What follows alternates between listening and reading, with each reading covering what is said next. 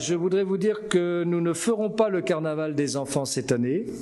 Je ne comprendrai pas qu'on puisse faire le carnaval des enfants quand on impose ce qu'on impose aux gamins dans les écoles.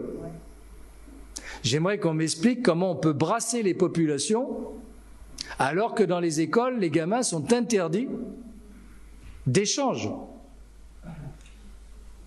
Donc nous, on ne sait pas faire. Si le protocole sanitaire dans les écoles change, à ce moment-là, bien entendu, nous changerons. Mais moi, j'essaye d'être cohérent quand même. Hein.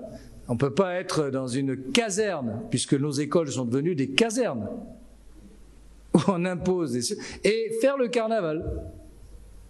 Embrassons-nous, hein, faisons la fête. Bah non. Dans le même temps, puisque Marie était en train de s'étouffer derrière son masque, vous aurez tous une pensée émue pour nos gosses.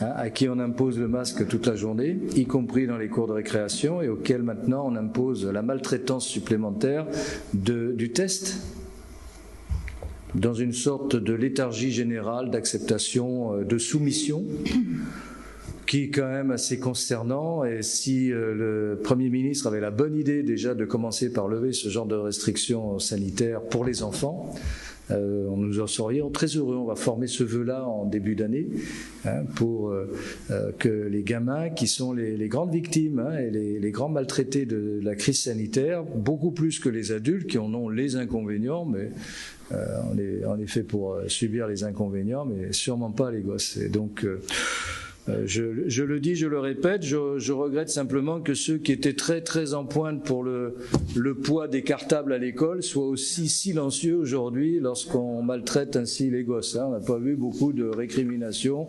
Hein. Pourtant, le marronnier du cartable trop lourd pour les frêles épaules des petits, hein, à côté, ça fait rigoler, quoi. Enfin bon. Donc c'est comme ça, mais on a tellement peur d'être obligé de se garder les gosses à la maison et de ne pas pouvoir aller au travail. On a les leçons du premier épisode, hein, donc ça permet de se taire. Voilà, ce qui prouve qu'on n'est quand même pas si indigné que ça, hein, paraît-il. Rappelez le bouquin il y a 3-4 ans, indignez-vous, etc. Ouais. Ah. On est loin de ça, et ceux qui le font parfois avec excès et sont en tout cas surtout déconsidérés. Mais les soumis n'ont pas de raison de se sentir plus fiers que ça.